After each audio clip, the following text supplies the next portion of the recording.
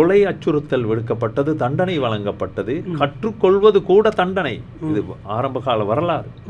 பல பேர் கொலை செய்யப்பட்டார்கள்.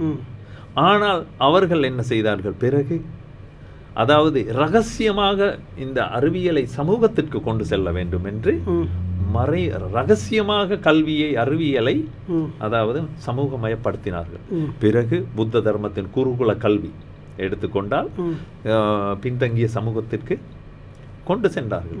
அதன் பிறகு கல்வி நான் நினைக்கின்றேன் ஒரு காலனி ஆட்சியாளர்களுக்கு மட்டுமே சொந்தமான ஒரு கருவியாகவும் பயன்பாட்டு பொருளாகவும் இருக்கின்றது.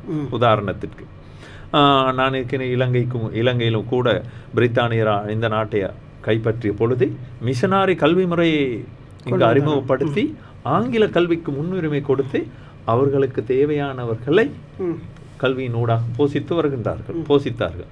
அதனால் ஒரு காலத்தில் குருகுல கல்வி சமூகத்திற்கு அறிவியலை ஊட்டுவதற்கு முன்னெடுக்கப்படுகின்றது. மதங்களினூடாக எல்லா மதங்களும் அதற்கு சேவை செய்திருக்கின்றன. அதன் பிறகு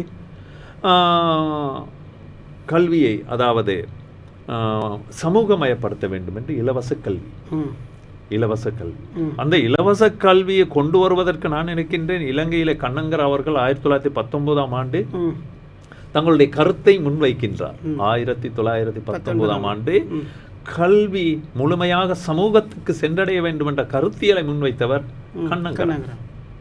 ஆனால் பிறகு அவை முன்மொழியப்பட்டு இலவச கல்விக்கு மாற்றப்படுகின்றன. இலவச கல்வியில் அதாவது போதுமான அறிவியலை சமூகத்துக்கு பெற்றுக் கொடுக்க முடியாது.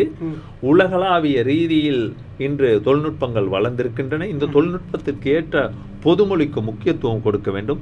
அதனூடாகவே இலவச கல்வியோடு சேர்த்து தனியார் கல்வியையும் அரசாங்கம் கட்டியெழுப்புவதற்கு துடிக்கின்றன. அதில் பிழை இல்லை. அதன் போது தனியார் பள்ளிகள் உலகத்திற்கு வருகின்றன, தனியார் கல்வி முறை வருகின்றன. அதனோடு இணைந்து ஆங்கில கல்வி முறைக்கு முக்கியத்துவம் கொடுக்கின்றார்கள். ஆனால் இன்று அதையும் தாண்டி நவீன யுகத்திற்கு உலகம் சென்று கொண்டிருக்கின்ற பொழுது கல்வியின் செயற்பாடு வேறு விதமாக இருக்க வேண்டும்.